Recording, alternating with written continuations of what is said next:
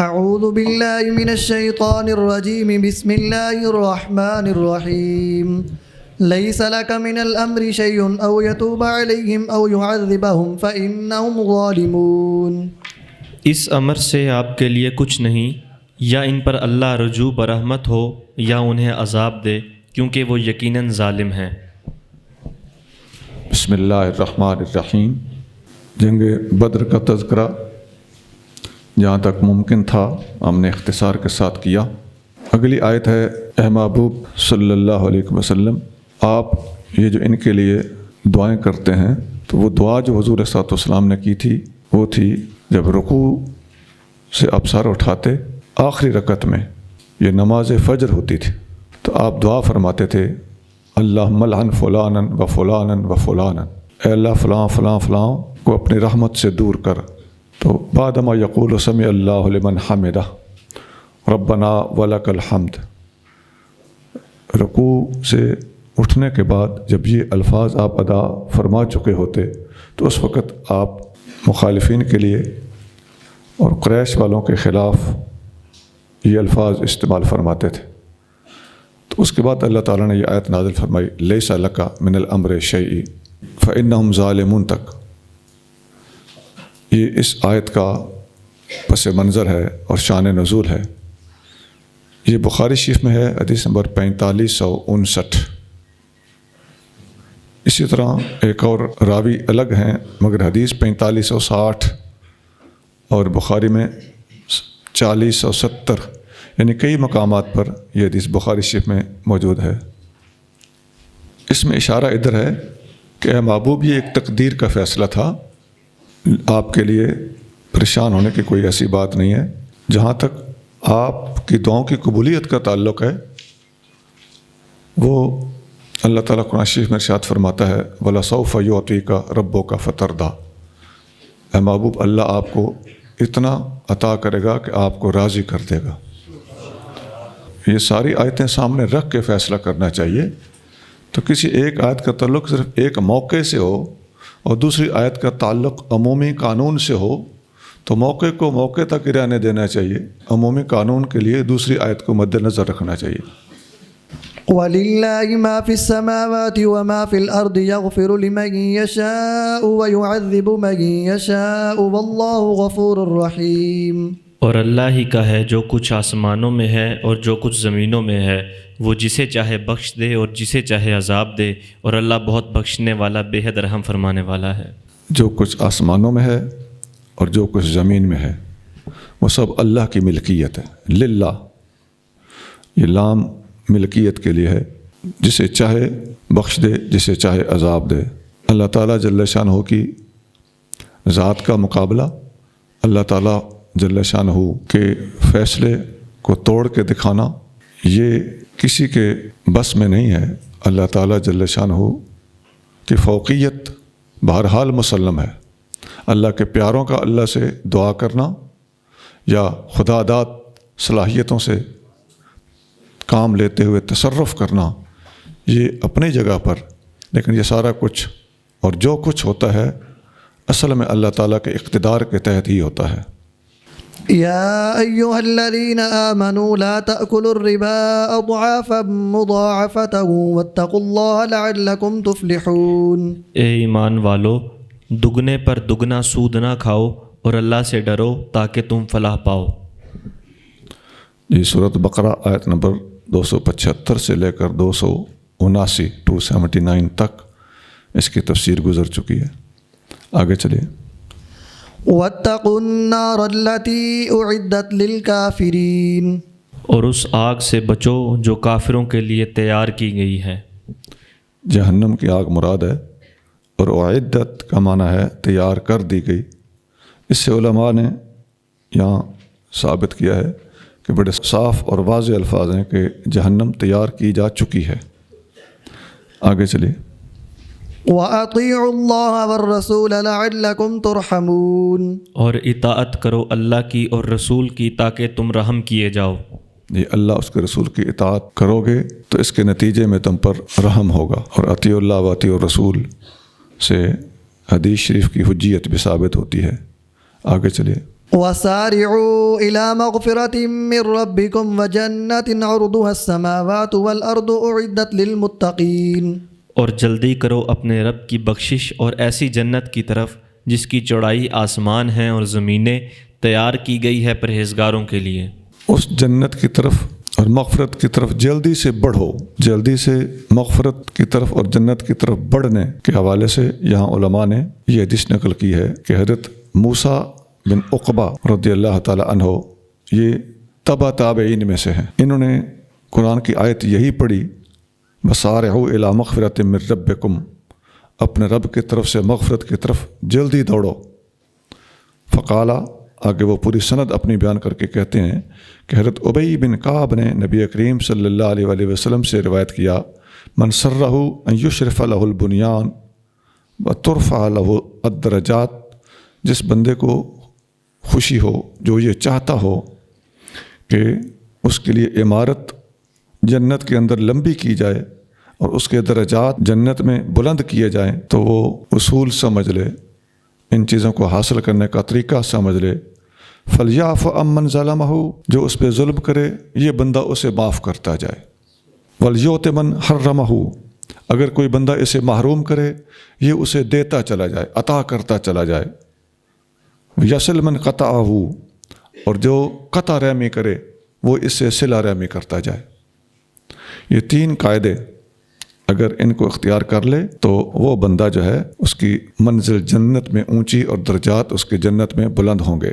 یہ حدیث مستدرک حاکم میں ہے 3211، اس کی سند حسن ہے۔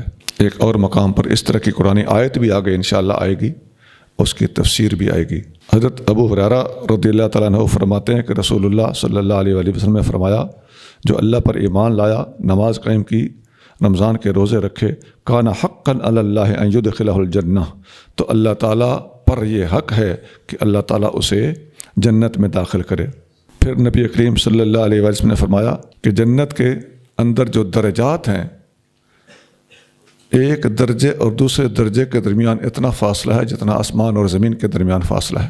تو فَإِذَا سَأَلْتُمُ اللَّهَ فَاسْأَلُوهُ الْفِرْدَوْسَ، جب تم اللہ سے جنت مانگو تو جنت فردوس مانگا کرو، یہ سب سے اونچی جنت ہے اور اسی کے اوپر رحمان کا عرش ہے، اور جنت کی نہریں یہیں سے پھوٹتی ہیں۔ بخاری 2790۔ حضرت یعلا بن مرہ رضی اللہ عنہ فرماتے ہیں کہ میں ہرقل بادشاہ کے ایلچی، تنوخی اس کا نام تھا، اس سے ملا۔ میری ملاقات ہمس کے شہر میں ہوئی۔ وہ اس وقت بوڑھا ہو چکا تھا اور اپنے گھر میں بیٹھ چکا تھا۔ اس سے کچھ سوال جواب ہوئے تو اس نے مجھے جواب دیا، قدمت علی رسول اللہ صلی اللہ علیہ وآلہ وسلم بکتاب ہرقل، کہنے لگا میں ہرقل کا خط لے کر رسول اللہ صلی اللہ علیہ وآلہ وسلم کی خدمت میں حاضر ہوا تھا، تو آپ نے وہ خط اپنے بائیں طرف بیٹھے ہوئے ایک آدمی کو دیا۔ آپ علیہ الصلوۃ والسلام نے وہ خط جب پکڑایا تو یہ ایلچی کہتا ہے، میں نے رسول اللہ صلی اللہ علیہ وسلم کے ساتھیوں سے پوچھا کہ حضور نے خط پکڑا دیا ہے تو اس خط کو کون پڑھے گا اور حضور کو کون سنائے گا پڑھ کے؟ قالو معاویہ، تو انہوں نے جواب دیا معاویہ خط پڑھ کے سنائیں گے۔ اس خط میں لکھا ہوا تھا، انک کتبت تدعونی الی جنت، کہ آپ نے مجھ ہرقل کی طرف خط لکھا تھا کہ آپ مجھے جنت کی دعوت دیتے ہیں، ارض السماوات والارض، جس کی چوڑائی آسمانوں اور زمین کی طرح ہے، اعدت للمتقین، جو متقین کے لیے تیار کر دی گئی ہے۔ تو آپ یہ جو اس جنت کو اتنا وسیع بتا رہے ہیں کہ زمین اور آسمان اس کی چوڑائی ہے، پھر اس کی لمبائی کتنی ہوگی؟ اور یہ سارا ایریا اگر جنت کے پاس ہے تو پھر میرا سوال یہ ہے کہ پھر جہنم کہاں ہے؟ تو ہرقل کا یہ سوال جب حضور صلی اللہ علیہ وسلم کو حضرت امیر معاویہ رضی اللہ تعالیٰ نے پڑھ کے سنایا تو فقال رسول اللہ صلی اللہ علیہ وآلہ وسلم، تو نبی پاک علیہ الصلوۃ والسلام نے جواباً ارشاد فرمایا، سبحان اللہ، فأین اللیل اذا جاء النہار، جب دن آتا ہے تو رات کہاں چلی جاتی ہے؟ اس میں بہت بڑا سائنسی راز پوشیدہ ہے کہ دن رات کا ایک دوسرے کی جگہ پہ آنا جانا، اس کی مثال کے ساتھ نبی پاک علیہ الصلوۃ والسلام نے جنت اور دوزخ کی ریپلیسمنٹ کی مثال پیش کی ہے اور سمجھایا ہے۔ عزیزان گرامی، آپ جہاں بیٹھے ہیں نا، بظاہر آپ جہاں بیٹھے ہوئے ہیں تو ہمیں کوئی پتہ نہیں اسی ایک جگہ کے کتنے ڈائمنشنز ہیں۔ ڈائمنشنز کا مطلب ہے رخ۔ آپ دیکھتے ہیں بعض تصویر، مثال دے رہا ہوں، آپ دیکھتے ہیں ایک تصویر ایسے بنی ہوتی ہے تو آپ اس کو ایسا کریں تو وہ مرد ہے، ایسا کریں تو وہ عورت ہے۔ ایسا ہوتا ہے کہ نہیں ہوتا؟ ایسا کریں تو اس نے ٹوپی پہنی ہوئی ہے، ایسا کریں تو اس نے دوپٹہ اوڑھا ہوا ہے۔ تو یہ ڈائمنشنز کی ایک مثال دے رہا ہوں، باقی اس کی تفصیل اللہ بہتر جانتا ہے، ہم یہ بات قطعی طور پر نہیں کہہ رہے، لیکن اتنا ضرور ہے، سوچنا پڑتا ہے کہ حشر کا میدان عرفات میں قائم ہوگا، کیا مطلب؟ عرفات تو زمین پر ہے، تو اس کا مطلب ہے کہ جو نبی کریم صلی اللہ علیہ وآلہ وسلم پر ہرقل نے سوال کیا تھا اور قرآن کی اس آیت پر سوال کیا تھا کہ جنت کا عرض اتنا ہے، تو اس بادشاہ نے پوچھا تھا کہ عرض اتنا ہے تو پھر طول کتنا ہوگا، اور جب یہ جنت ہے تو دوزخ کہاں ہوگی؟ تو اس کا جواب سمجھنا تھوڑی سی عقل رکھنے والوں کے لیے بالکل آسان ہے۔ یہ جو حدیث ہے کہ رات جب آتی ہے تو دن کہاں جاتا ہے، اور دن آتا ہے تو رات کہاں چلی جاتی ہے، یہ ابن جریر میں ہے 6211۔ آج بڑی دیر سے کچھ لوگ اس نتیجے پر پہنچے ہیں کہ یہ کائنات ملٹی ڈائمنشنل ہے۔ الذين ينفقون في السراء والضراء والكاظمين الغيظ والعافين عن الناس والله يحب المحسنين۔ جو خرچ کرتے ہیں آسانی اور تنگی میں، اور غصہ پینے والے اور لوگوں سے درگزر کرنے والے ہیں، اور اللہ نیکی کرنے والوں کو پسند فرماتا ہے۔ خوشی میں بھی اور غمی میں بھی اللہ کی راہ میں خرچ کرتے رہتے ہیں۔ یہ وہ ہیں جو جنت کے اندر اونچے درجات کے حقدار ہیں اور غصے پہ قابو پانے والے ہیں۔ حدیث شریف میں آتا ہے ان سہل بن معاذ ان ابیہ ان رسول اللہ صلی اللہ علیہ وسلم قال من کظم غیظا وهو قادر علی ان ينفذه، جس بندے نے غصے پر قابو رکھا حالانکہ وہ اس پر قدرت رکھتا تھا کہ اگلے کو نقصان پہنچا سکے، دعاہ اللہ عز وجل علی رؤوس الخلائق یوم القیامت حتی یخیرہ اللہ من الحور العین ما شاء۔ غصے پہ قابو پا جانے والے بندے، قدرت کے باوجود اگلے کو کچھ نہ کہنے والے بندے کو قیامت کے دن اللہ تعالیٰ سر عام بلائے گا، سب لوگ یہ منظر دیکھ رہے ہوں گے اور اللہ تعالیٰ اس کی مرضی کی حوریں اس کے حوالے کرے گا اور اعلیٰ جنت میں جگہ عطا فرمائے گا۔ ابو داؤد حدیث نمبر 4777 4777۔ حضرت ابو ہریرہ رضی اللہ تعالیٰ عنہ روایت کرتے ہیں کہ نبی کریم صلی اللہ علیہ وآلہ وسلم نے فرمایا لیس الشدید بالسرعۃ، طاقتور اور قوی وہ نہیں ہوتا جو کسی کو بچھاڑ دے اور اس کے اوپر چڑھ جائے، فرمایا انما الشدید الذی یملک نفسہ عند الغضب، بلکہ طاقتور اور دلیر وہ ہوتا ہے جو غصے کے وقت اپنے غصے پہ قابو رکھے۔ بخاری 6114 6114۔ حضرت ابو ہریرہ رضی اللہ تعالیٰ عنہ روایت کرتے ہیں کہ ایک دفعہ ایک آدمی نبی کریم صلی اللہ علیہ وآلہ وسلم کے پاس حاضر ہوا، کہنے لگا علمنی شیئا ولا تکثر علی لعلی اعیہ، یا رسول اللہ مجھے کوئی آسان سا سبق دیجئے، کوئی چیز سکھائیے، زیادہ نہ ہو تاکہ میں اسے آرام سے یاد کر لوں۔ قال، آپ علیہ السلام نے فرمایا لا تغضب، غصہ نہ کر۔ فردد ذالک مرارا کل ذالک یقول لا تغضب، اس بندے نے کہا اور بتائیں، آپ نے فرمایا غصہ نہ کر، اس نے کہا اور بتائیں، آپ نے فرمایا غصہ نہ کر۔ ترمذی 2020۔ حضرت ابو ذر غفاری رضی اللہ تعالیٰ عنہ فرماتے ہیں کہ رسول اللہ صلی اللہ علیہ وآلہ وسلم نے ہم سے فرمایا اذا غضب احدکم وهو قائم فلیجلس، جب تم میں سے کسی کو غصہ آ جائے تو اگر وہ کھڑا ہے تو بیٹھ جائے، فإن ذهب عنه الغضب، اگر اس کا غصہ چلا جائے تو ٹھیک، وإلا فلیضطجع، نہیں تو پھر لیٹ جائے، یعنی کھڑا ہے تو بیٹھ جائے، غصہ ٹھیک ہو جائے گا، اگر پھر بھی ٹھیک نہیں ہو تو لیٹ جائے۔ ابو داؤد 4782 4782۔ حضرت ابو ہریرہ نبی کریم صلی اللہ علیہ وآلہ وسلم سے روایت کرتے ہیں کہ آپ نے فرمایا ما نقصت صدقۃ من مال وما زاد اللہ عبدا بعفو الا عزا وما تواضع احد للہ الا رفعہ اللہ۔ صدقہ دینے سے مال کبھی کم نہیں ہوتا، معاف کرنے والے کی عزت میں اضافہ ہی ہوتا ہے، اور جب بھی کوئی بندہ اللہ کی خاطر عاجزی کرتا ہے اللہ اسے بلند کرتا ہے۔ صدقہ دینے سے مال کم نہیں ہوتا، معاف کرنے والے کی عزت میں اضافہ ہی ہوتا ہے، اور جب کوئی اللہ کی خاطر عاجزی کرتا ہے اللہ اسے بلند کرتا ہے۔ مسلم 2588۔ وما تواضع احد للہ الا رفعہ اللہ۔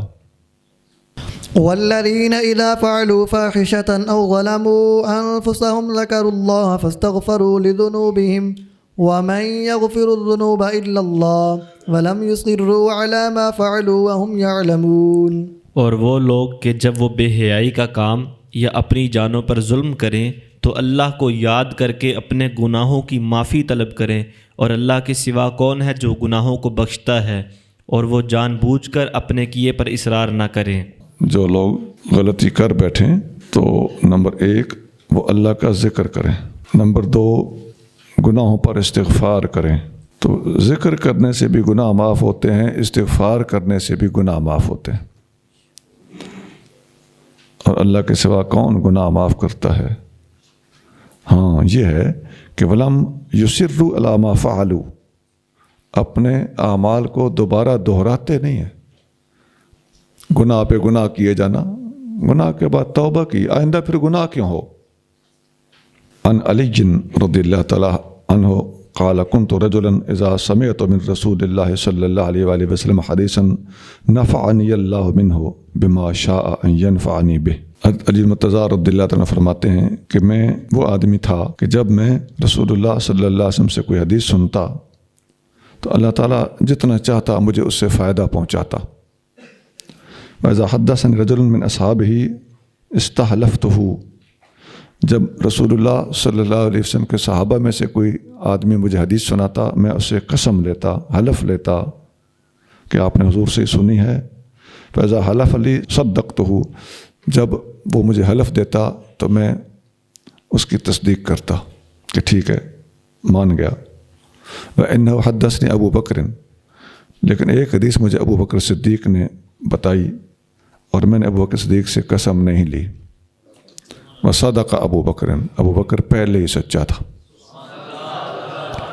قال سمعت رسول اللہ صلی اللہ علیہ وسلم یقول، انہوں نے فرمایا میں نے رسول اللہ صلی اللہ علیہ وآلہ وسلم کو فرماتے ہوئے سنا، ما من رجل یذنب ذنبا، جب بھی کوئی بندہ گناہ کر بیٹھتا ہے، ثم یقوم فیتطہر، پھر کھڑا ہوتا ہے اور پاک ہوتا ہے، وضو کرتا ہے، ثم یصلی، پھر 2 رکعتیں پڑھتا ہے، ثم یستغفر اللہ، پھر اللہ سے استغفار کرتا ہے، الا غفر اللہ لہ، اللہ تعالیٰ اس کو ضرور معاف کر دیتا ہے۔ ثم قرأ هذه الآیہ، پھر ابو بکر صدیق نے بتایا کہ رسول اللہ صلی اللہ علیہ وسلم نے یہ آیت پڑھی، والذین اذا فعلوا فاحشة او ظلموا انفسهم ذکروا اللہ واستغفروا لذنوبهم، یہی آیت جو اس وقت ہم پڑھ رہے ہیں آیت آل عمران کی ہے، آیت نمبر 135 ہے۔ یہ حدیث ترمذی شریف میں ہے، حدیث نمبر 406۔ جس سے علم حاصل کیا جائے تو حضور شہر ہیں تو وہ دروازہ ہوا، تو جس سے علی المرتضیٰ علم حاصل کر رہے ہیں وہ دروازے کے لیے بھی دروازہ ہے کہ نہیں؟ بات تو حقیقت ہے، صف ماتم بچھ جائے تو ہم کیا کریں۔ حضرت ابو ذر غفاری رضی اللہ تعالیٰ عنہ نبی کریم صلی اللہ علیہ وآلہ وسلم سے روایت کرتے ہیں، اور نبی کریم صلی اللہ علیہ وسلم نے فرمایا کہ مجھے میرے رب نے بتایا ہے۔ اللہ فرماتا ہے یا ابن آدم، اے آدم کی اولاد، انکا ما دعوتنی ورجوتنی غفرت لکا علی ما کان فیک، تم نے مجھ سے دعائیں مانگی اور مجھ سے توقعات رکھیں، جو بھی تجھ میں خطائیں تھیں میں نے معاف کی۔ یہ حضور کے وسیلے سے امت کو بتایا جا رہا ہے۔ اگر تو بھرپور زمین گناہوں کی لے کر آ جائے تو میں اتنی ہی مغفرت سے تمہیں نواز دوں گا۔ بات صرف اتنی ہے، بعد اللہ تشرک بی شیئا، شرط یہ ہے کہ میرے ساتھ کسی کو شریک نہ بنانا۔ یا ابن آدم انکا ان تذنب، اے آدم کے بیٹے اگر تو خطا کرے، حتیٰ یبلغ ذنبک عنان السماء، حتیٰ کہ تیرے گناہ آسمان کی بلندیوں تک پہنچ جائیں، ثم تستغفر لی، پھر اس کے بعد تو مجھ سے استغفار کرے، اغفر لک لا ابالی، میں تمہیں معاف کر دوں گا، مجھے کچھ پرواہ نہیں۔ مسند احمد حدیث نمبر 21472۔ حضرت عبداللہ بن عباس رضی اللہ تعالیٰ عنہ فرماتے ہیں کہ نبی کریم رؤوف الرحیم صلی اللہ علیہ وآلہ وسلم نے ارشاد فرمایا، التائب من الذنب کمن لا ذنب لہ، گناہ سے توبہ کرنے والا ایسے ہے جیسے اس نے کوئی گناہ کیا ہی نہیں۔ عام طور پر اتنا ہی حدیث کا ایک جزو کتابوں میں ملتا ہے، لیکن یہ اصل حدیث پوری اس طرح ہے، آگے سن لیں۔ والمستغفر من الذنب وهو مقیم علیہ، وہ بندہ جو استغفار تو کر رہا ہے لیکن گناہ نہیں چھوڑ رہا، کالمستہزئ بربہ، وہ اپنے رب سے مذاق کر رہا ہے، وہ ایسے ہے جیسے اللہ سے مذاق کر رہا ہو۔ شعب الایمان حدیث نمبر 6780 6780۔ استغفار پر جتنی حدیثیں آئی ہیں ان حدیثوں کو سمجھنے کے لیے یہ حدیث ایک بہترین ذریعہ ہے، اور استغفار پر وارد ہونے والی حدیثوں پر جتنے مستشرقین کے اعتراضات ہیں اور جتنے طلوع اسلام نامی رسالے میں اور اس کے ایڈیٹر نے لاہور میں بیٹھ کر حدیثوں کے اوپر کیچڑ اچھالے تھے استغفار کے حوالے سے، ان ساری کی ساری باتوں کا ایک ہی ضرب سے جواب دے دیا گیا ہے۔ اٹھ کے آ، اگر آپ کا مطالعہ ہے تو میری بات کی گہرائی میں آپ اتر گئے ہوں گے۔ أولئك جزاؤهم مغفرة من ربهم وجنات تجري من تحتها الأنهار خالدين فيها ونعم أجر العاملين۔ ایسے لوگوں کا بدلہ ان کے رب کی بخشش ہے، اور باغ ہیں جن کے نیچے نہریں جاری ہیں، وہ ہمیشہ ان میں رہیں گے، اور کیا ہی اچھا بدلہ ہے نیک کام کرنے والوں کا۔ بالکل آسان آیت ہے، آگے چلیے۔ قد خلت من قبلكم سنن فسيروا في الأرض فانظروا كيف كان عاقبة المكذبين۔ بے شک تم سے پہلے قانون قدرت کے طریقے گزر چکے ہیں، تو زمین میں چلو اور دیکھو کیسا انجام ہوا جھٹلانے والوں کا۔ ہاں، قانون قدرت کے طریقے گزر چکے ہیں، لوگوں کی آپ بیتیاں جغرافیائی طور پر، تاریخی طور پر تم لوگوں کے سامنے ہیں، زمین میں گھوم پھر کے دیکھو جھٹلانے والوں کا حال کیا ہوا۔ یہ سیرو فی الارض، اس قسم کی جتنی آیتیں ہیں اور زمین میں اس طرح عبرت حاصل کرنے کے لیے سیر کرنے کے جہاں جہاں حکم دیے گئے ہیں، مختلف علاقوں میں انبیاء علیہ السلام کے جو حالات بتائے گئے ہیں، کہیں پہاڑوں کے تذکرے ہیں، کہیں دریاؤں اور سمندروں کے ذکر ہیں، کہیں میدانوں اور ریگستانوں، اور یہودیوں نے جن ریگستانوں اور میدانوں میں وقت گزارا اور وہ جو پہاڑوں سے چشمے پھوٹے، یہ سارے تذکرے ہیں۔ جنگ کے وقت مختلف لوکیشنز کا تذکرہ قرآن شریف میں موجود ہے۔ اود پہاڑ تھا، بدر ایک کنواں تھا اور میدان تھا، اور حدیبیہ مکہ کے باہر ایک جگہ تھی، حشر کے اندر وسیع علاقہ تھا، وہ جو خیبر کا ہے، سورۃ حشر کی بات کر رہا ہوں، اور وہاں پر پھلدار درخت اور جھاڑیاں تھیں، ان کی ٹہنیاں تک کاٹی گئیں اور کچھ چھوڑی گئیں۔ لوگ جنگ کے دوران مختلف قسم کی صف آرائیاں اور اپنی آڑ اور دشمن اور اپنے درمیان مختلف قسم کی اوٹیں یہ لیتے ہیں، اور حج پر جب انسان جاتا ہے تو وہاں مختلف مقامات ہیں جہاں پر مناسک حج ادا کیے جاتے ہیں، کہیں حرم ہے، کہیں عرفات ہے، کہیں مزدلفہ ہے، کہیں منا ہے۔ ان سارے علاقوں کو مختلف جہات سے جاننا اور سمجھنا پڑتا ہے۔ اس کے علاوہ کافی ساری اسلامی تاریخ سے وابستہ چیزیں ہیں، اور صحابہ اکرام کے زمانوں سے تو جن چیزوں کا تعلق ہے جنگی فتوحات کے حوالے سے، حتیٰ کہ یا ساریت الجبل جیسی کرامات بھی، تو یہ بے شمار چیزیں میں نے تھوڑے سے وقت میں آپ کے سامنے مختصر لفظوں میں رکھ دیے ہیں۔ ان سب چیزوں کو اگر یکجا کیا جائے، ان کو ترتیب دیا جائے، ان کے نقشے تلاش کیے جائیں، ان کو سمجھا جائے، تو اسلام کے اندر جغرافیہ کی اہمیت کا پتہ چلتا ہے۔ جی میں نے چند منٹوں میں جغرافیہ کے اوپر مختصر سے روشنی ڈال دی۔ تو فرمایا فسیرو فی الارض، زمین کے اندر گھوم پھر کے دیکھو اور سمجھنا کیا ہے، کیف کان عاقبۃ المکذبین، جھٹلانے والوں کا حشر کیا ہوا۔ تو دنیا کے اندر ہم سیر کرتے ہیں تو نیت کا فرق ہوتا ہے، کوئی بندے پکنک پہ جاتے ہیں اور کوئی بندے عبرت کے لیے جاتے ہیں۔ کچھ لوگ سیاحت کے شائق ہوتے ہیں، ٹورسٹ ہوتے ہیں، کسی کا مقصد ناموری ہوتا ہے، تاریخ سازی ہوتا ہے، تصویریں کھنچوانا ہوتا ہے، نام بنانا ہوتا ہے۔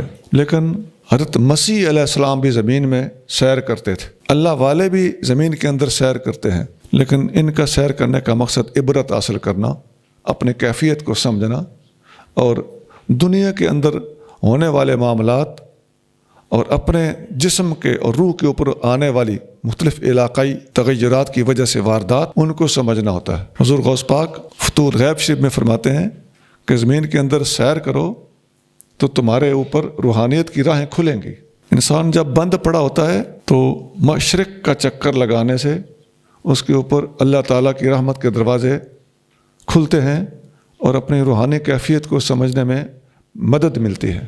جو طریقت والے لوگ ہوتے ہیں، یہ دریا کراس کرنا، پہاڑ پہ چڑھنا، جدھر سے پانی آتا ہے ادھر کو سفر کرنا، بعض اوقات جدھر کو پانی جاتا ہے ادھر کا سفر کر کے دیکھنا کہ بھلا ایسا کرنے سے کیا ہوتا ہے، تو اپنی کیفیت کو کھولنے میں ان مختلف تغیرات سے مدد لیتے ہیں۔ دریا کے کنارے پہ پڑے ہوئے 2 نفل آپ کے گھر میں پڑے ہوئے نفل سے پتہ نہیں کتنے ہزار گنا زیادہ فائدہ مند ہوں، اور نیچے ریت ہو اور ریت کے اوپر سجدہ کیا جائے، اس کی برکات مخمل کی جائے نماز سے کہیں زیادہ ہیں۔ سبحان اللہ۔ بے شک درد منداں دے دیرے، جت تھلڑا جت سنجڑیاں جائیں، آ مل اج کل سونا سائیں، نہ تا میں مفتی خون تھسائیں۔ خواجہ غلام فرید صاحب کا کلام ہے۔ هذا بيان للناس وهدى وموعظة للمتقين۔ یہ لوگوں کے لیے واضح بیان اور پرہیزگاروں کے لیے ہدایت اور نصیحت ہے۔ آسان ہے، آگے چلیے۔ حاذا بیان للناس، حاذا قرآن، بیان للناس عامت الناس کے لیے بیان ہے، اور وہدن اور گمراہی سے بچانے والی ہدایت ہے، وموعظۃ للمتقین اور متقین کے لیے نصیحت ہے خاصتاً، بطور خاص۔ بیان للناس تمام لوگوں کے لیے عمومی بیان ہے، اور موعظۃ للمتقین متقین کے لیے خصوصی نصیحت ہے۔ الفاظ تھوڑے سے ہیں لیکن ایک ایک لفظ کے اندر گہرائی۔ ولا تهنوا ولا تحزنوا وأنتم الأعلون إن كنتم مؤمنين۔ اور سستی نہ کرو اور غمگین نہ ہو، تم ہی غالب رہو گے اگر کامل مومن ہو۔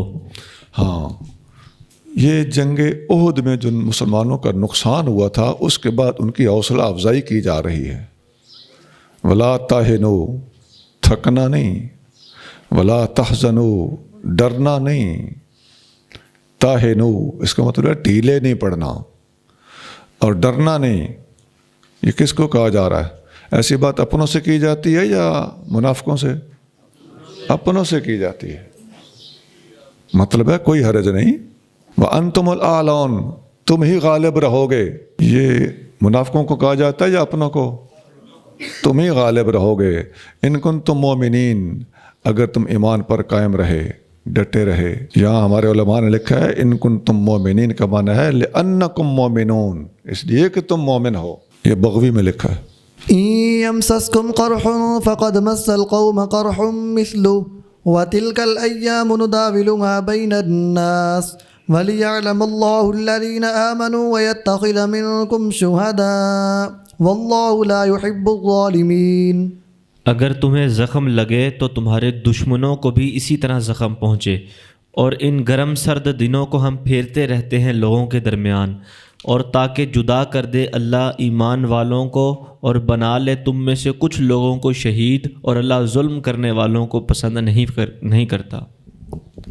ہاں، جنگ احد میں جو کچھ ہوا، تو اگر آپ لوگوں کو تکلیف پہنچی ہے تو اس میں ٹینشن کی کوئی بات نہیں۔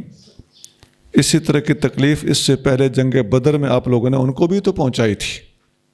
تو یہ ساری آیتیں، سارے الفاظ صاف بتا رہے ہیں کہ نبی کریم صلی اللہ علیہ وسلم کے غلاموں کی اللہ تعالیٰ حوصلہ افزائی کر رہا ہے، اور ان کو قریش مکہ اور کفار مکہ کے مقابلے پہ رکھ کے گفتگو کو چلا رہا ہے۔ یعنی کفار اور تھے اور یہ لوگ اور ہیں، یہ خالص مخلصین مصطفیٰ ہیں اور مومنین ہیں۔ آگے فرمایا ہم لوگوں کے درمیان یہ دن پھیرتے رہتے ہیں۔ کل آپ نے ان کا نقصان کیا تھا، آج ہمارا تھوڑا سا نقصان ہو گیا، مسلمانوں کا نقصان ہو گیا، تو کیا ہوا؟ یہ دن لوگوں میں گھومتے رہتے ہیں، ٹائم آتا اور جاتا رہتا ہے۔ یہی وہ الفاظ تھے جو ہرقل کے دربار میں ابو سفیان نے کہے تھے کہ الحرب بیننا و بینہم سجال، ہمارے ان کے درمیان جنگ گھومتی رہتی ہے۔ ننال منہم وینالون منا، کبھی وہ ہم پر غالب آ جاتے ہیں اور کبھی ہم اس کا کچھ نقصان کر لیتے ہیں۔ وَلِيُمَحِّصَ اللَّهُ الَّذِينَ آمَنُوا وَيَمْحَقَ الْكَافِرِينَ، اور اس لیے کہ اللہ مسلمانوں کو خالص کر دے اور کافروں کو مٹا دے۔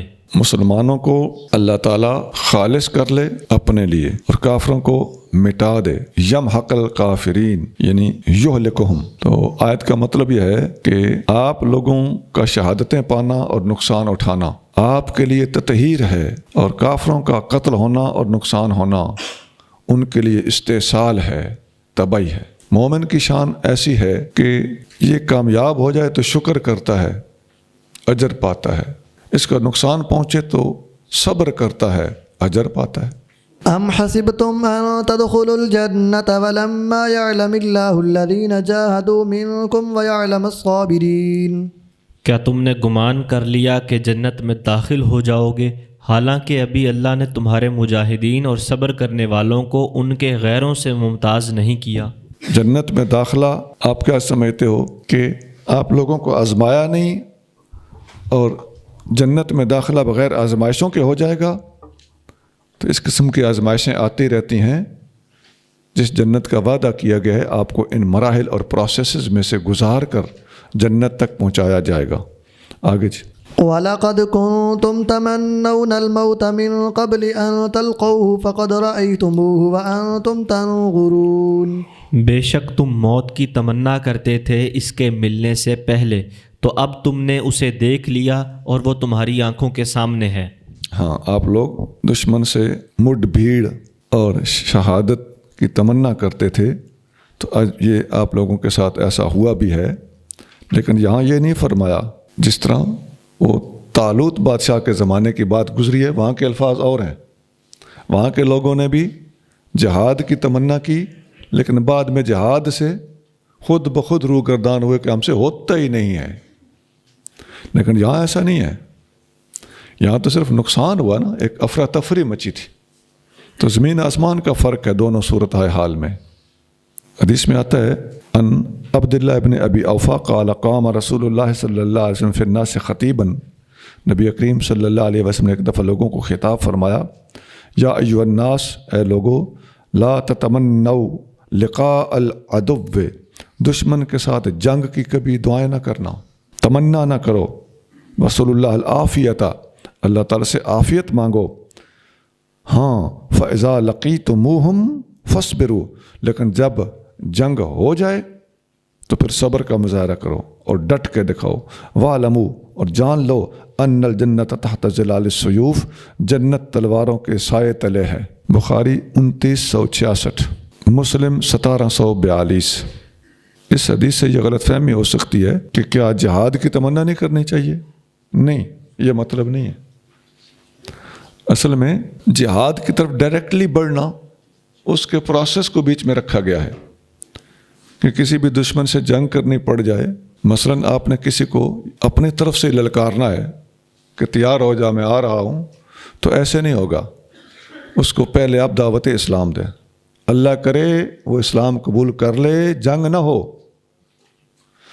پھر بھی وہ نہیں مانا تو اب اسے جزیہ لے کر ماتحت رہنے کے لیے کہو، اللہ کرے وہ اس پر آمادہ ہو جائے، جنگ نہ ہو۔ اب وہ نہیں مانتا تو اب جنگ کی صورتحال پیدا ہوگی۔ تو یہ پہلے والے جو مراحل ہیں ان کے پیش نظر فرمایا کہ جنگ کی ڈائریکٹ تمنا نہ کرو، اس کو ٹالنے کے یہ طریقے ہیں، سٹیپس ہیں، ان کو اختیار کرنے کے بعد جنگ کی طرف بڑھنا ہوگا۔ ہاں اب یہ صورتحال کسی نے کریٹ کر دی، اور اس کے علاوہ جنگ کے جتنے طریقے ہیں، میں نے 5 طریقے بتائے تھے، اسباب بتائے تھے، ان میں سے کوئی سبب سامنے آ جائے تو اب آپ نے ڈٹ کے دکھانا ہے۔ وما محمد إلا رسول قد خلت من قبله الرسل أفإن مات أو قتل انقلبتم على أعقابكم ومن ينقلب على عقبيه فلن يضر الله شيئا وسيجزي الله الشاكرين۔ اور محمد معبود نہیں، صرف رسول ہیں، ان سے پہلے اور رسول ہو چکے، تو کیا اگر وہ وفات پا جائیں یا شہید ہوں تو تم الٹے پاؤں پھر جاؤ گے؟ اور جو الٹے پاؤں پھرے گا تو وہ اللہ کو کچھ نقصان نہ پہنچائے گا، اور ان قریب اللہ شکر گزاروں کو نیک بدلہ عطا فرمائے گا۔ وما محمد الا رسول، محمد اللہ کے رسول ہیں، محمد صلی اللہ علیہ وسلم، یہ نبی کریم صلی اللہ علیہ وسلم کا اسم علم ہے جو پہلی بار قرآن میں آیا ہے۔ آپ صلی اللہ علیہ وسلم کا اسم گرامی محمد قرآن شریف میں کئی جگہ پر ہے۔ اس لفظ کا معنی ہوتا ہے بہت زیادہ تعریف کیا گیا، یہ مبالغے کا لفظ ہے، باب تفعیل کا اسم مفعول ہے۔ اس کا معنی ہوتا ہے المستغرق لجمیع المحامد، تمام قسم کی خوبیوں کا مرقع، مجموعہ۔ اور اللہ تعالیٰ نے اپنے نام محمود سے حضور کا نام محمد مشتق کیا ہے۔ حضرت حسان بن ثابت رضی اللہ تعالیٰ عنہ فرماتے ہیں، الم تر ان اللہ ارسل عبدہ، کیا تم نے نہیں دیکھا کہ اللہ نے اپنے پیارے بندے کو بھیجا، ببرہان ہی واللہ اعلیٰ و امجد، دلائل اور برہان دے کر، اور اللہ تعالیٰ اعلیٰ ہے، امجد ہے، وشق لہ بن اسمہ لیجلہ، اپنے نام میں سے اپنے محبوب کے نام کو شق کیا، نکالا، اس میں سے اخذ کیا۔ فضل العرش محمود وہذا محمد، عرش والا محمود ہے، اللہ کا محبوب محمد ہے۔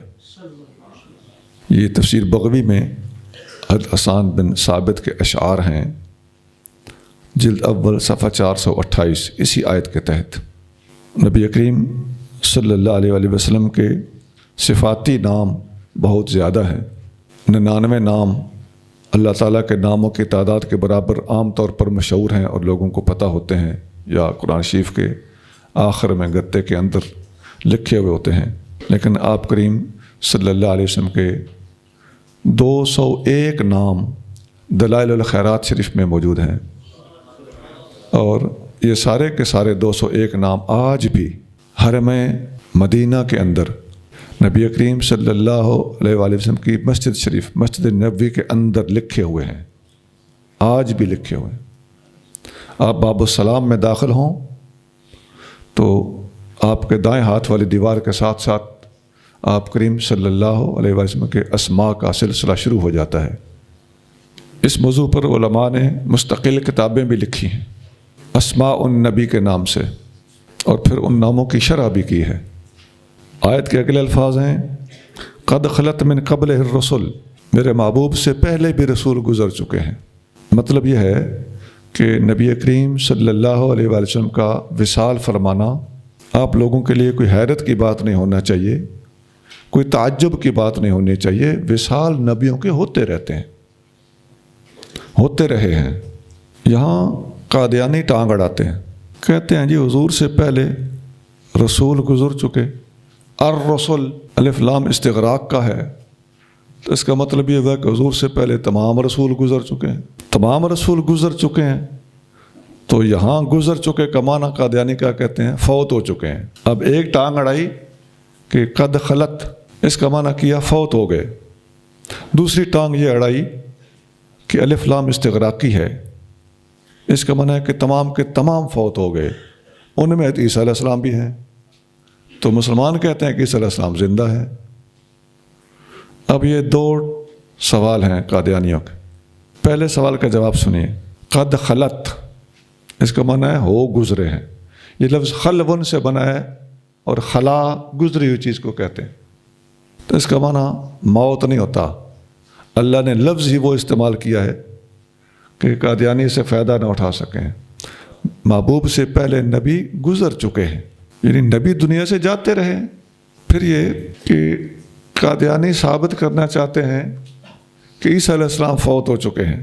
اب حیرت یہ تھی، ذہن یہ درست کیا جا رہا ہے کہ حضور علیہ السلام فوت نہیں ہو سکتے، یہ اگر کسی کے ذہن میں ہو تو اللہ تعالیٰ اس بات کو، اس ذہن کو درست کر رہا ہے کہ میرے محبوب کا دنیا سے پردہ فرما جانا یہ ممکن ہے۔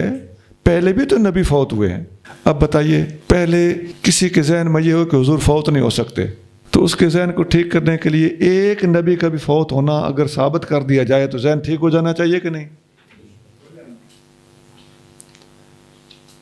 یا یہ سوچو کہ نبی کوئی بھی فوت نہیں ہو سکتا، تو جواب یہ دیا جا رہا ہے کہ نبی فوت ہو سکتے ہیں۔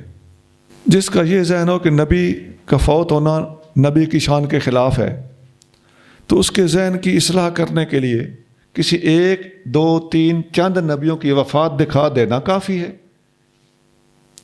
تو جو سوچ درست نہیں تھی وہ کیا تھی؟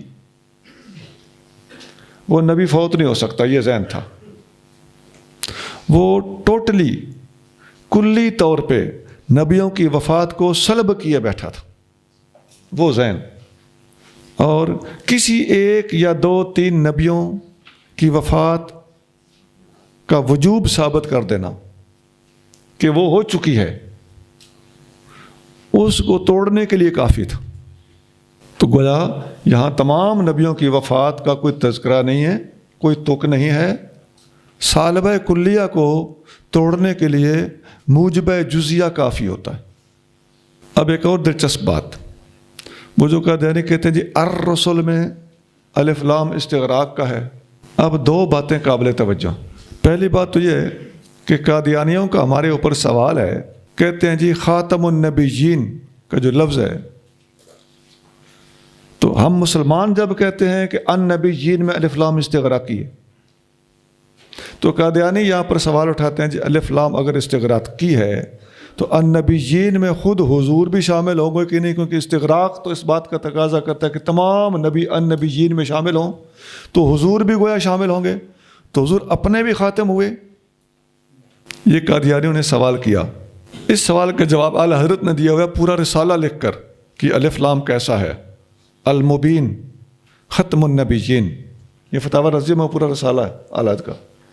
تو اس وقت قادیانیوں نے یہ شرارت کی تھی، تو اب الرسل کی باری کیوں استغراق یاد آ گیا، اور یہاں پھر وہی جواب اگر آ جائے تو پھر کہ الرسل کے اندر خود حضور بھی شامل ہے کہ نہیں؟ اب پٹ اٹھو، جواب نہیں آئے گا۔ جو سوال تم نے النبیین کے الف لام پہ کیا تھا کہ اس استغراق میں حضور شامل ہے کہ نہیں، وہی سوال آج تمہارے اوپر وارد ہو رہا ہے کہ قد خلت من قبل الرسل کے الرسل کے الف لام کی وجہ سے الرسل کے اندر خود حضور شامل ہے کہ نہیں؟ علمی جواب نہیں آئے گا۔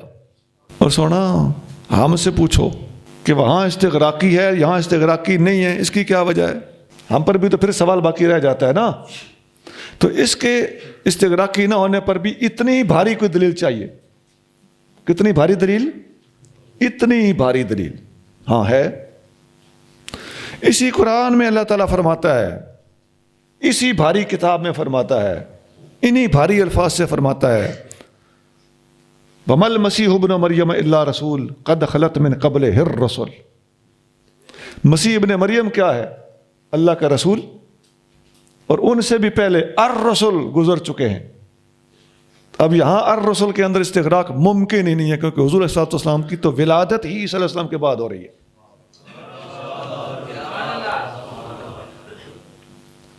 شرارتیو تمہاری شرارت کا جواب علمی طور پہ دیا جا چکا ہے، ہاں باقی رہ گئے عوام۔ فَإِنَّ عَلَيْكُمْ اسْمَ الْأَرِيسِيِّينَ، ان سب کا جرم تمہاری گردن پہ ہوگا جنہیں ان باتوں کا پتہ ہی نہیں، اور تم شرارتیں کرتے پھرتے ہو لوگوں سے۔ حدیث میں آتا ہے، یہ پوری آیت جو ہے افئب ماتا او قتلا، کیا آقا کریم صلی اللہ علیہ وسلم کے بارے میں فرمایا کہ کیا اگر وہ وفات پا جائیں یا شہید کر دیے جائیں، انقلبتم علی اعقابکم، اے میرے نبی کے غلاموں آپ لوگ پیچھے پھر جاؤ گے، تگڑے رہنا ہے۔ حضور صلی اللہ علیہ وسلم کا وصال فرمانا ایک ہمارا اللہ کا نظام ہے، لیکن آپ لوگوں نے ہمت نہیں ہارنی۔ اما عائشہ صدیقہ رضی اللہ تعالیٰ روایت کرتی ہیں کہ نبی کریم صلی اللہ علیہ وسلم کا جب وصال ہوا، ابوبکر صدیق حاضر ہوئے تو نبی پاک علیہ السلام نے وہ مسجن ببرد حبرۃ، نبی کریم صلی اللہ علیہ وآلہ وسلم نے حبرہ نام کی چادر اوڑھی ہوئی تھی۔ حضور کا وصال ہو چکا تھا اور آپ کے اوپر چادر کون سی تھی؟ حبرہ۔ حبرہ وہ چادر ہے جو نبی کریم صلی اللہ علیہ وسلم کو سب سے زیادہ پسند تھی۔ یہ سبز رنگ کی، دو رنگوں کی ہوتی تھی، یا سبز رنگ کی ہوتی تھی یا سرخ دھاریوں والی ہوتی تھی، اور یہ یمن سے آتی تھی۔ اور یہ چادر تمام چادروں میں حضور کو سب سے زیادہ پسند بھی تھی۔ ایک ایک بات پہ غور کرتے جائیں، اس چادر کا کلر کیا ہے؟ یا سبز یا سرخ دھاری دار۔ یہ یمن سے آتی تھی اور یہ نبی کریم صلی اللہ علیہ وسلم کو سب سے زیادہ پسند تھی، اور یہی حضور صلی اللہ علیہ وسلم کے وصال کے موقع پر آپ کے اوپر اوڑھائی گئی تھی۔ اس کے علاوہ بہت موقعوں پر آقا کے اوپر یہ چادر دیکھی گئی۔ وہ جو حدیث میں آتا ہے کہ نبی کریم صلی اللہ علیہ وسلم کے صحابی فرماتے ہیں کہ میں حاضر ہوا، حضرت برا بن عازب ہے، میں حاضر ہوا تو چاند نکلا ہوا تھا، اور نبی پاک صلی اللہ علیہ وسلم نے اپنے اوپر حبرہ چادر اوڑھی ہوئی تھی، تو آپ کے چہرہ انور کے اوپر چاند کی روشنی پڑ رہی تھی، تو میں ایک نظر چاند کو دیکھتا تھا اور ایک نظر حضور کو دیکھتا تھا۔ فَإِذَا هُوَ أَحْسَنُ مِنَ الْقَمَرِ، تو آپ کا چہرہ چاند سے زیادہ خوبصورت تھا۔ یہی سرخ دھاریوں والی چادر اس وقت آقا نے اپنے اوپر اوڑھی ہوئی تھی۔ یہ شمائل تنظیم حدیث۔ آپ علیہ السلام نے کعبے کا طواف کیا، آپ کے اوپر یہ چادر تھی۔ نبی کریم صلی اللہ علیہ وسلم جس وقت ہجرت کر کے مدینہ شریف تشریف لے گئے، پیچھے سیدنا علی المرتضیٰ رضی اللہ تعالیٰ عنہ کو اپنے بستر پر سلا گئے، تو وہ چادر جو مرتضیٰ کریم نے اوڑھی ہوئی تھی، وہ چادر یہی حبرہ چادر تھی۔ کوئی حد ہے اس چادر کی شان کی؟ جگہ جگہ نظر آ رہی ہے۔ اور اسی چادر کے بارے میں حدیث بخاری میں ہے، کانا احب الثیاب الی رسول اللہ الحبرۃ، نبی کریم صلی اللہ علیہ وسلم کو اپنے لباس میں سب سے زیادہ حبرہ چادر پسند تھی۔ بار بار اوڑھنا بھی ثابت ہو اور سب سے زیادہ پسند بھی یہی چادر ہو، تو پھر اس پر بھی شاعریاں ہونی چاہیے کہ نہیں؟ اللہ والوں نے، پڑھے لکھے لوگوں نے اسی چادر کو بیان کیا ہے۔ حضرت پیر میر علی شاہ صاحب رحمۃ اللہ علیہ کے کسی شعر میں آپ کسی اور چادر کا ذکر نہیں سنو گے، حبرہ کا ذکر سنو گے۔ اعلیٰ حضرت کی شاعری میں بالکل کوئی اور رنگ آپ کو نظر نہیں آئے گا۔ پیر میر علی شاہ صاحب لکھتے ہیں، لاہو مکھ تھیں مخطط برد یمن، یہ یمن سے آنے والی چادر تھی۔ مخطط اس کا معنی ہوتا ہے لکیر دار، سرخ دھاریوں والی۔ تو وصال کے وقت بھی آپ کریم صلی اللہ علیہ وآلہ وسلم کے اوپر یہی چادر اوڑھائی گئی تھی۔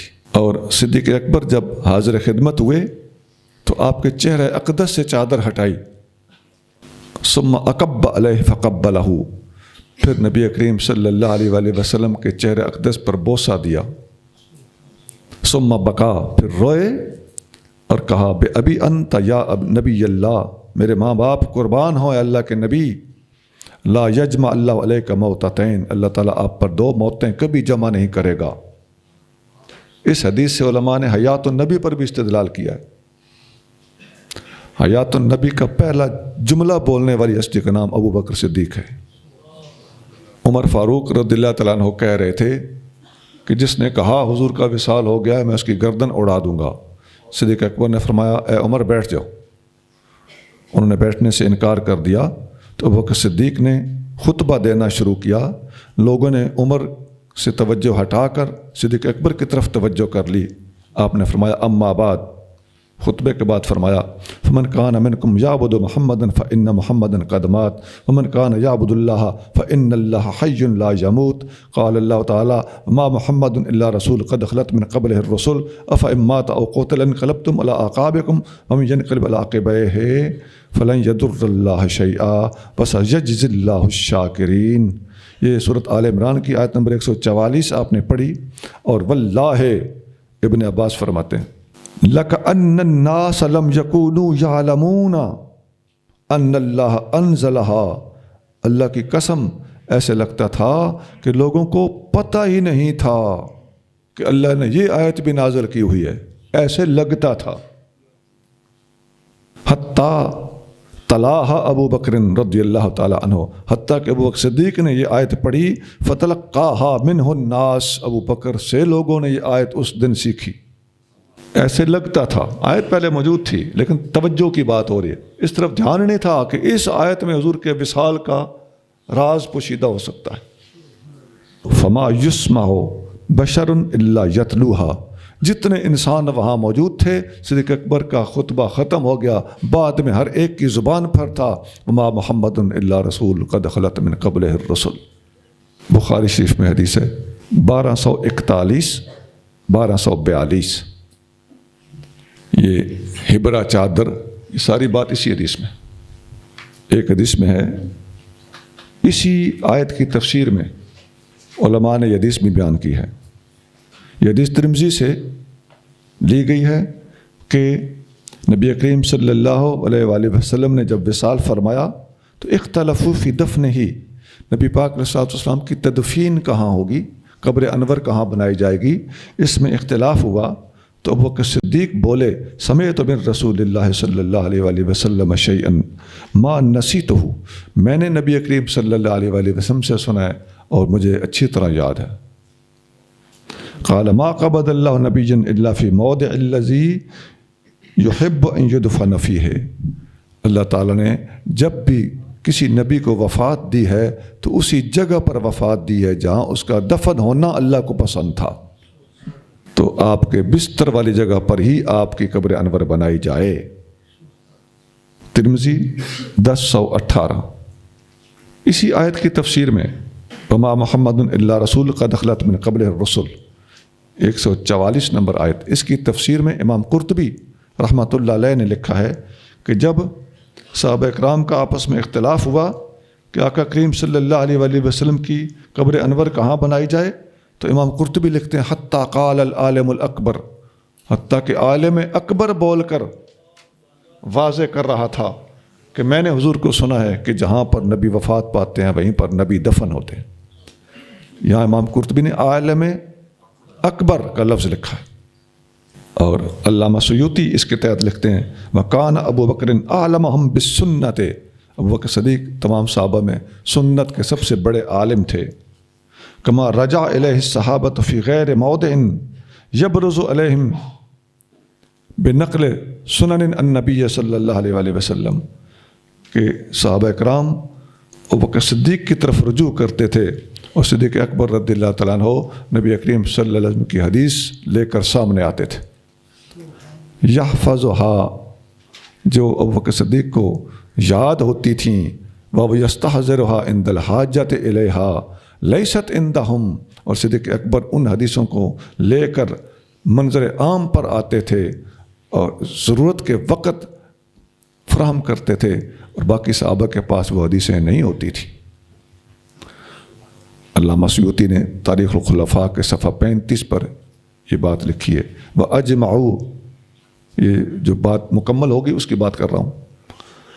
تو اس پر علماء کا اجماع ہے کہ صدیق اکبر اس امت میں سب سے بڑے عالم ہیں۔ اجمعوا علی اعلمیتہ، وما كان لنفس أن تموت إلا بإذن الله كتابا مؤجلا ومن يرد ثواب الدنيا نؤته منها ومن يرد ثواب الآخرة نؤته منها وسنجزي الشاكرين۔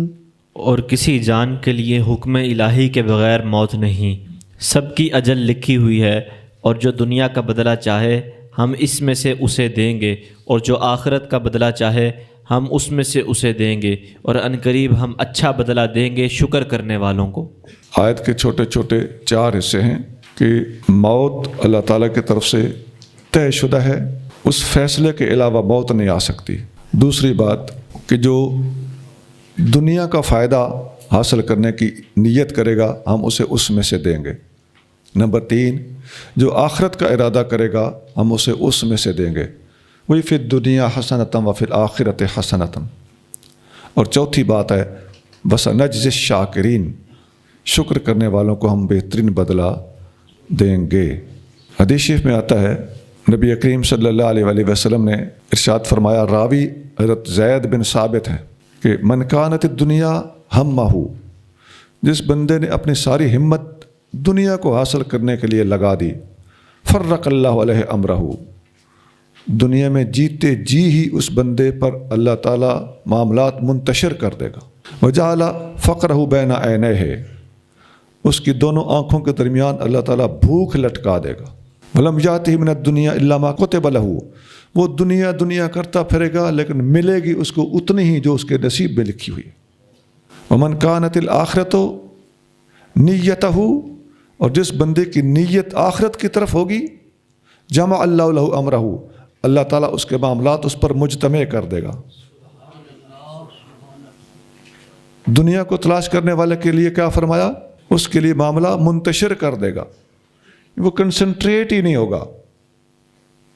اور آخرت کی طرف متوجہ ہونے والا بندہ یکسو ہوگا، کنسنٹریٹ ہوگا۔ آج بھی لوگ پوچھتے ہیں جی یکسوئی نہیں ہے، تو سیدھا سیدھا علاج ہے مراقبہ کیا کرو، اللہ کے سوا سب کچھ بھلا دو، کنسنٹریشن مل جائے گی۔ ضمیر کا اطمینان بڑی چیز ہے۔ تو جو آخرت کی طرف متوجہ ہوگا، جمع اللہ لہ امرہ، اللہ تعالیٰ اس کا معاملہ اس کے لیے مجتمع کر دے گا، اس کے ذہن کے اندر یکسوئی بنا دے گا، انتشار ذہنی ختم ہو جائے گا۔ یہ نفسیاتی مسئلے کا حل بتا رہے ہیں آقا کریم صلی اللہ علیہ وسلم۔ لوگ کہتے ہیں ذہنی انتشار بہت زیادہ ہے، وساوس بہت آتے ہیں، خیالات بہت آتے ہیں۔ آخرت کی طرف خیال ہو جائے تو سارے خیالات ختم ہو جاتے ہیں۔ وجعل غناہ فی قلبہ، اللہ تعالیٰ ایسے بندے کے دل میں بے نیازی ڈال دیتا ہے، غنا ڈال دیتا ہے۔ وَأَتَتْهُ الدُّنْيَا وَهِيَ رَاغِمَةٌ، اور دنیا اس کے پاس ناک رگڑ کے آتی ہے۔ حدیث ابن ماجہ میں ہے، حدیث نمبر 4105 ہے۔ وَكَأَيٍّ مِّن نَّبِيٍّ قَاتَلَ مَعَهُ رِبِّيُّونَ كَثِيرٌ فَمَا وَهَنُوا لِمَا أَصَابَهُمْ فِي سَبِيلِ اللَّهِ وَمَا ضَعُفُوا وَمَا اسْتَكَانُوا وَاللَّهُ يُحِبُّ الصَّابِرِينَ۔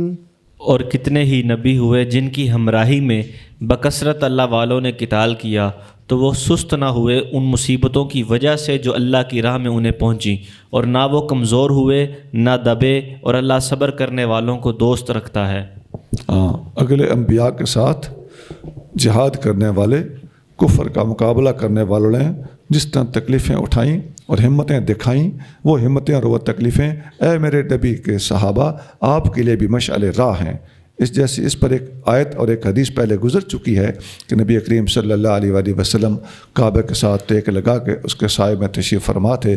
ایک صحابی نے آ کے دعا کے لیے عرض کیا تو آپ کریم صلی اللہ علیہ وآلہ وسلم نے فرمایا گھبراؤ نہیں، وہ وقت آنے والا ہے جب اسلام ہی اسلام ہوگا، اس وقت آپ لوگ ان لوگوں کی طرف دھیان دیں جن لوگوں کو زمین میں گاڑ کر ان کے اوپر آرے چلائے جاتے تھے۔ وما كان قولهم إلا أن قالوا ربنا اغفر لنا ذنوبنا وإسرافنا في أمرنا وثبت أقدامنا وانصرنا على القوم الكافرين۔ اور ان کا کہنا صرف یہی تھا کہ اے ہمارے رب ہمارے گناہ بخش دے اور ہمارے کام میں ہماری زیادتیاں بھی، اور ہمیں ثابت قدم رکھ اور کافروں پر ہماری مدد فرما۔ اس زمانے کے لوگ یہ کہتے تھے، نمبر 1 4 چیزیں ہیں، اغفر لنا ذنوبنا، ہمارے گناہ معاف کر دے، اور ہمارے معاملے میں ہم سے جو اسراف ہوا وہ معاف کر دے۔ نمبر 3 ثبت اقدامنا، ہمارے قدم مضبوط رکھ۔ نمبر 4 ونصرنا علی القوم الکافرین، کافروں کے مقابلے پہ ہماری مدد فرما۔ آج بھی مسلمان جنگ کے دنوں میں یہ الفاظ اگر پڑھیں تو انشاءاللہ تعالی مدد شامل حال ہوگی۔ آگے جی۔ فآتاهم الله ثواب الدنيا وحسن ثواب الآخرة والله يحب المحسنين۔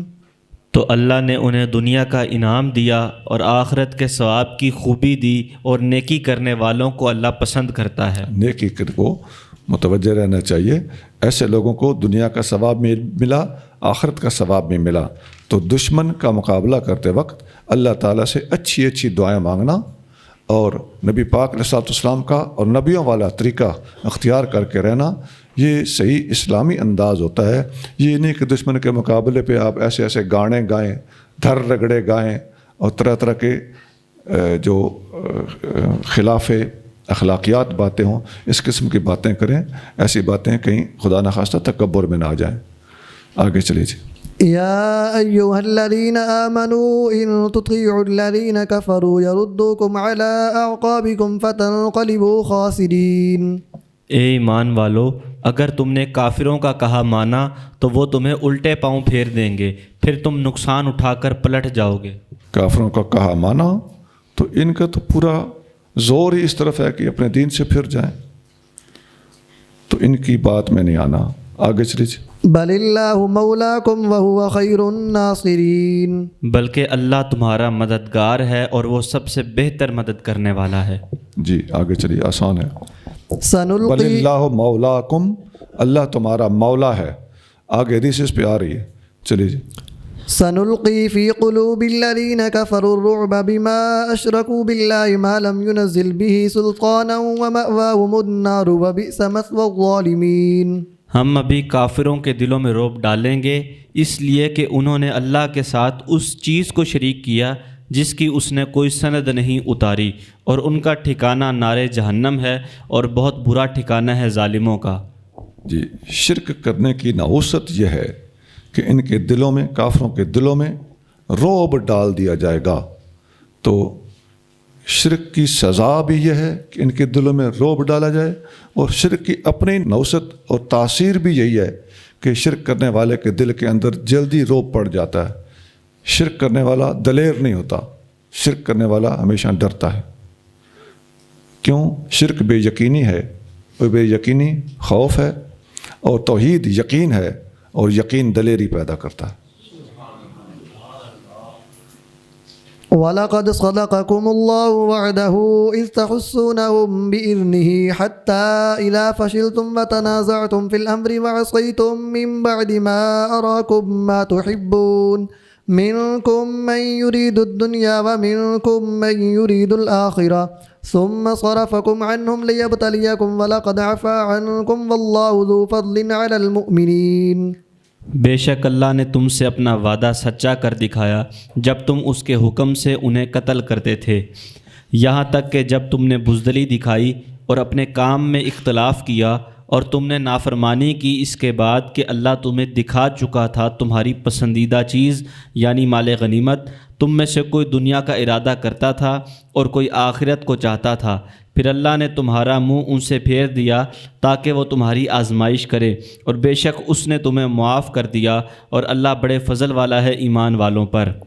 ان کو بار بار ایمان والے کہا جا رہا ہے، کفار کے مد مقابل کہا جا رہا ہے، بہرحال اللہ کے اور اللہ کے رسول کے پیارے کہا جا رہا ہے، اور یہاں صاف لفظ ہیں وَلَقَدْ عَفَا عَنْكُمْ، اللہ تمہاری اس بات کو معاف کر چکا، اور اللہ تعالیٰ مومنوں پر فضل والا ہے۔ تو ان کو مومن بھی کہہ چکا، ان پر اپنے فضل کا اظہار بھی کر چکا، انہیں معاف بھی کر چکا، اور پیچھے جتنی آیتیں گزری ہیں جنگ احد کے واقعہ کے ساتھ ساتھ اور اس کے متعلق، وہ ساری کی ساری آیتیں ایک ایک لفظ بتا رہا ہے کہ یہ سب کے سب جو مسلمان جنگ احد میں نبی پاک علیہ السلام کے ساتھ تھے، سب کے سب اللہ کے پیارے تھے۔ وقتی طور پر کسی صاحب کی وجہ سے اگر ان کو کچھ نقصان اٹھانا پڑ گیا تو یہ اللہ تعالیٰ، اللہ کے محبوب کے پیارا ہونے کے منافی نہیں ہے۔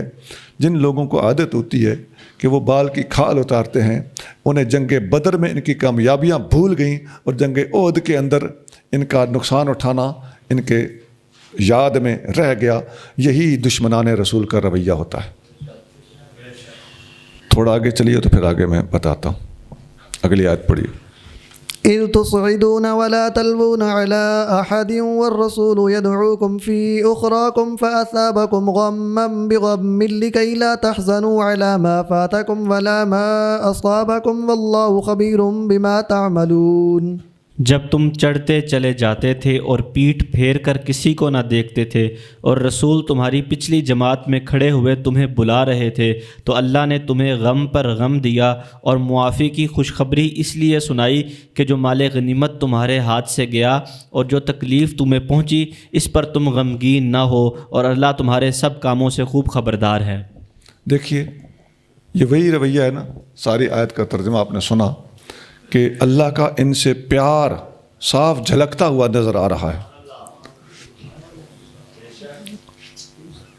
اللہ انہیں معاف کرتا ہے اور نام نہاد چند مسلمان ابھی بھی ان سے حساب لینے کے چکر میں ہیں اور ان حساب لینے والوں نے اس حرکت کا انشاءاللہ حساب دینا ہے.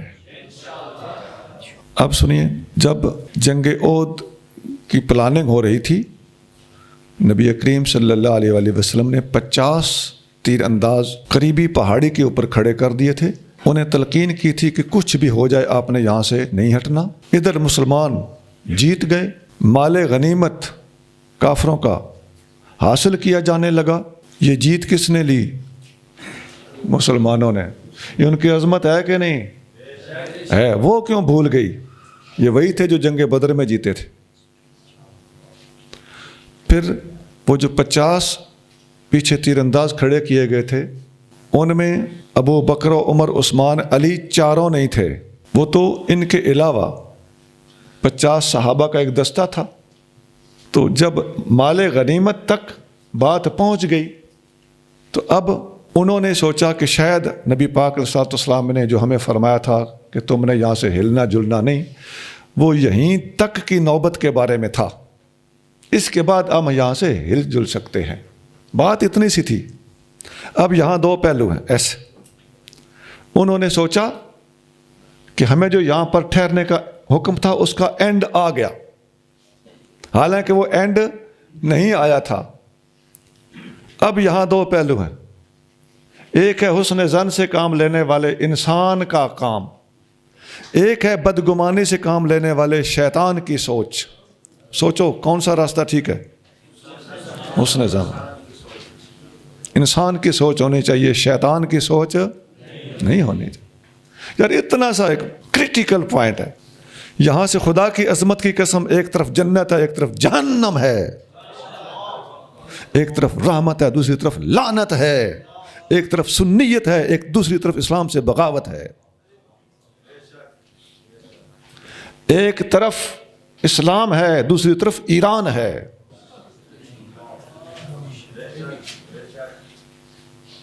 اب سنیے, پچھلی طرف سے جہاں سے وہ پہرے والے یہ سوچ کر کہ شاید جنگ ختم ہو چکی ہے, الحمدللہ جیت تو چکے ہیں, وہ جب ہٹے تو ادھر سے مخالفین نے حملہ کر دی. مسلمانوں کو اچھا خاصا نقصان اٹھانا پڑا. اس افراتفری میں جب بیک سائڈ سے اٹیک ہوا تو افراتفری ایک نیچرل چیز تھی, ایک قدرتی امر تھا. اس وقت دشمنان حقائق, دشمنان دین سوال اٹھاتے ہیں کہ جی فلاں کہاں گیا, فلاں کہاں گیا, فلاں کہاں گیا. اس کا جواب سن لیجئے. پہلی بات تو یہ کہ بالفرض کسی کا بھی کچھ پتہ نہ چل رہا ہو تو افراتفری تھی. وہی بات نا کہ ایک سوچ انسان کی ہے ایک سوچ شیطان کی ہے. افراتفری میں اچانک اٹیک ہو جانے میں ایسا ہو جاتا ہے. جو جنگ بدر میں جیتے, جنگ احد میں جیتے, جنگ خیبر میں جیتے, ہر مقام پہ جیتے, ان کی ساری جیتیں تم لوگوں نے ایک طرف رکھ کے اس وقت کی وقتی افراتفری کو تم نے اتنی اہمیت دی. پتہ چلتا ہے نیت کے اندر حضور کے غلاموں کی دشمنی ٹھن چکی ہے اور کچھ بھی نہیں ہے. عن براء بن عازب رضی اللہ تعالیٰ عنہ قال جعل النبی صلی اللہ علیہ وسلم علی الرجالۃ یوم احد عبداللہ ابن جبیر رضی اللہ تعالیٰ عنہ، نبی کریم صلی اللہ علیہ وآلہ وسلم نے حضرت عبداللہ بن جبیر کو اس پہاڑی پر مقرر کیا تھا. حضرت عبداللہ بن جبیر، شکر ابو بکر صدیق نہیں تھے، نہ پتہ کی بنا رکھنا سی. او بھائی وہ نہ ابو بکر تھے، نہ عمر تھے، نہ عثمان تھے، نہ علی تھے. ان چاروں پیاروں میں سے کوئی نہ کوئی ہوتا نا، تو پھر اور بھی کام خراب انہوں نے کرنا تھا. ابو بکر و عمر کے دشمن پتہ نہیں کیا کہتے، اور عثمان و علی کے دشمن ان کے برعکس پتہ نہیں وہ بھی کیا کہتے. لیکن اللہ نے یہاں بھی کوئی راز ہی رکھا ہوا تھا. جنہوں نے اتنی بات کا بتنگڑ بنایا ہے، تو یہ اگر ہستیاں ہوتی تو انہوں نے پتہ نہیں کیا کہاں پہنچا دینا تھا بات کو. اس وقت کیا ہوا، جب افراتفری مچی، صحابہ کرام میں بھگدڑ ہوئی، تو نبی پاک صلی اللہ علیہ وسلم کے پاس 12 بندے بہرحال کھڑے رہے. 12 بندے، کتنے بندے؟ 12 بندے. ولم یبق مع النبی صلی اللہ علیہ وآلہ وسلم غیر 12 رجلا، 12 بندے. بخاری حدیث نمبر 3039، 3039. اب اس کی شرح میں قسطلانی نے لکھا ہے اسی حدیث کے تحت 3039 کے تحت. سنیے، الارشاد الساری لکھا ہوا، منہم، ان 12 بندوں میں کون کون تھے؟ ان میں تھے ابو بکر و عمر و عثمان و علی و عبد الرحمن ابن عوف. قسطلانی اسی حدیث کی شرح میں 3039 حدیث نمبر ٹائپ کرو گے، قسطلانی میں یہ بات نکل آئے گی 3039. اور سنیے، ام المومنین عائشہ صدیقہ رضی اللہ تعالیٰ عنہ فرماتی ہیں، نبی کریم صلی اللہ علیہ وآلہ وسلم نے احد کے دن جب مشرکین مکہ کی طرف روانہ ہوئے، نبی کریم صلی اللہ علیہ وسلم نے 70 بندے ان کے پیچھے دوڑائے، ان کا پیچھا کرنے کے لیے. من یذهب فی اسرہم فانتدب منہم 70 رجالا. نبی پاک نے فرمایا کون ہے جو ان کا پیچھا کرے گا؟ تو 70 افراد تیار ہو گئے. وہ اصل میں افراتفری بھگدڑ ختم ہو گئی تھی نا، تو سنبھل چکے تھے. سنبھلے تو وہ جو 70 بندے پیچھے گئے، وَكَانَ فِيهِمْ ابو بکر و زبیر. ان 70 میں ابو بکر صدیق بھی شامل تھے اور زبیر بن عوام بھی شامل تھے. لکھو بخاری حدیث نمبر 4077، 4077. اور سنیے، ابو سفیان نے آواز دی جب یہ چلنے لگے قریش مکہ، تو وہ جو 70 بندے حضور نے پیچھے بھیجے تھے، ان کے رخصت ہونے سے پہلے جس وجہ سے حضور نے وہ بندے ان کے پیچھے بھیجے تھے، وہ وجہ کیا تھی؟ ابو سفیان نے دور جا کے کافی فاصلے پر کھڑے ہو کر مکہ کو جاتے ہوئے آواز لگائی، افی القوم محمد صلی اللہ علیہ وسلم، کیا تم لوگوں میں محمد موجود ہیں؟ فقال، نبی کریم صلی اللہ علیہ وسلم نے اپنے صحابہ کو جواب حکم دیا، لا تجیبوہ، اسے جواب نہ دینا، خاموش رہو. صحابہ خاموش ہو گئے. فقال افی القوم ابن ابی قحافہ، ابو سفیان نے کہا ابو قحافہ کا بیٹا یعنی ابو بکر صدیق، یہ تم لوگوں میں موجود ہے؟ قال لا تجیبوہ، حضور نے ہمیں جواب نہ دینا. پھر کہنے لگا افی القوم ابن الخطاب، خطاب کا بیٹا تم میں ہے؟ جواب کوئی نہ آیا. خود ہی کہنے لگا ان ہؤلاء قتلوا، یہ سب معاذ اللہ قتل ہو گئے ہیں. فلو کانوا احیاء، اگر یہ زندہ ہوتے، لاجابوا، تو میری للکار کا جواب دیتے. فلم یملک عمر نفسہ، عمر فاروق سے قابو نہ رکھا گیا. عمر فاروق بول پڑے. فقال کذبت یا عدو اللہ، اللہ کے دشمن تم نے جھوٹ بولا ہے. ابقى اللہ علیک ما یخزیک، اللہ نے ان سب کو باقی رکھا ہوا ہے جو تمہیں رسوا کر کے چھوڑیں گے. قال ابو سفیان نے جواب دیا اولو حبل، حبل ان کا ایک بت تھا.